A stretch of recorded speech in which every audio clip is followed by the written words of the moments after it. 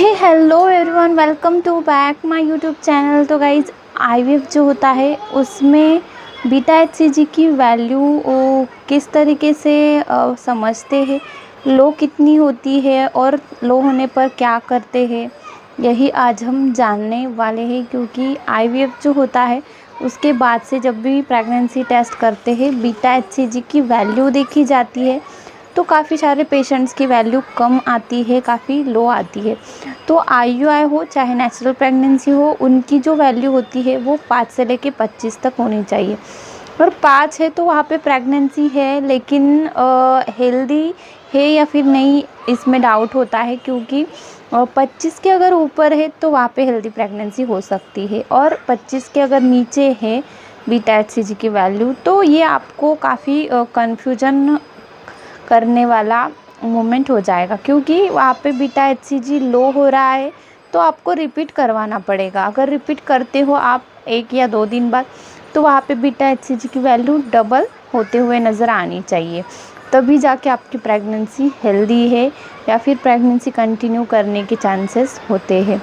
अगर 25 के नीचे है तो इसमें हो सकता है कि आपकी जो प्रेगनेंसी है वो एक्टोपिक हो सकती है या फिर हेल्दी भी नहीं हो सकती है। तो इसीलिए ये जो होती है आईयूआई और नेचुरल प्रेगनेंसी की वैल्यू 25 के ऊपर होनी चाहिए।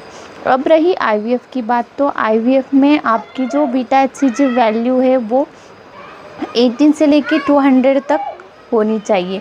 क्योंकि अगर उससे नीचे है तो ये काफ़ी लो माना जाता है। अगर आपकी इससे नीचे है वैल्यू तो उसमें प्रेगनेंसी आपकी हेल्दी नहीं है, एक्टोपिक प्रेगनेंसी है, यानी कि जो बच्चेदानी है आपकी गर्भाशय है उसमें बिल्कुल भी प्रेगनेंसी नहीं लगी है, वो कहीं और ट्यूब में वगैरह लग सकती है। तो इस कंडीशन में डॉक्टर्स आपको जो सजेस्ट करेंगे वो आपको एक्सेप्ट करना पड़ता है।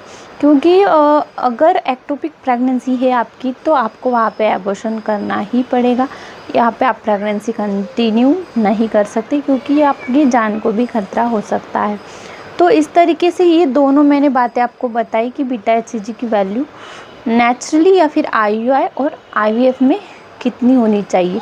तो ये हो गई वैल्यू की बात। अगर वैल्यू लो आ रही है तो क्या कर सकते हैं और इसके रीज़न्स क्या है। तो बीटा एचसीजी की वैल्यू लो आने के जो रीज़न्स होते हैं वो यही होते हैं कि वहाँ पे हेल्दी प्रेगनेंसी नहीं होती है आपकी। कहीं ना कहीं एक क्वालिटी जो होती है, जो भी जिन्नस होते हैं उनकी क्वालिटी उतनी कुछ ठीक नहीं होती, इसलिए ये जेनेटिकल ही बर्थ डिफेक्ट होता है इसमें। इसीलिए बीटा एचसीजी की वैल्यू काफ़ी लो दिखाई देती है।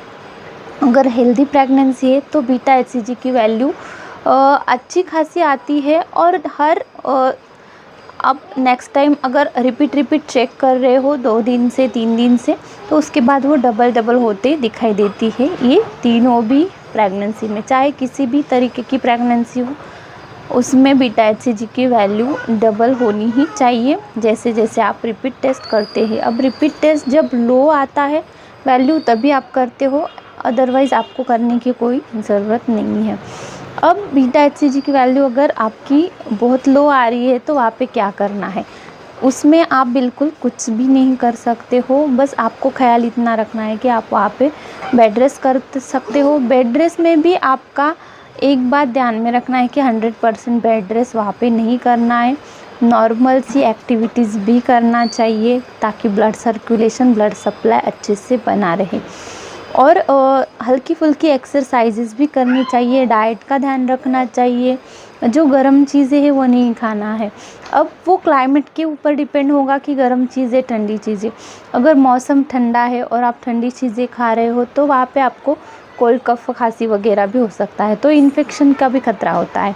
और इन्फेक्शन प्रेगनेंसी के लिए आपके ठीक नहीं होगा। तो इसीलिए इतना ही बस दाल चावल सब्जी रोटी आपको खाना है। फ्रूट्स में भी आप एक आधा फ्रूट्स ले सकते हैं डाइट में। तो बस डाइट का ध्यान रखना है, जंक फूड अवॉइड करना है। तो बस इतनी सी बातें ध्यान में रखनी है ताकि आपका जो बीटा एचसीजी की वैल्यू है वो ठीक ठाक आए और आपका जो एम्ब्रियो है वो वहाँ पे चिपक जाए।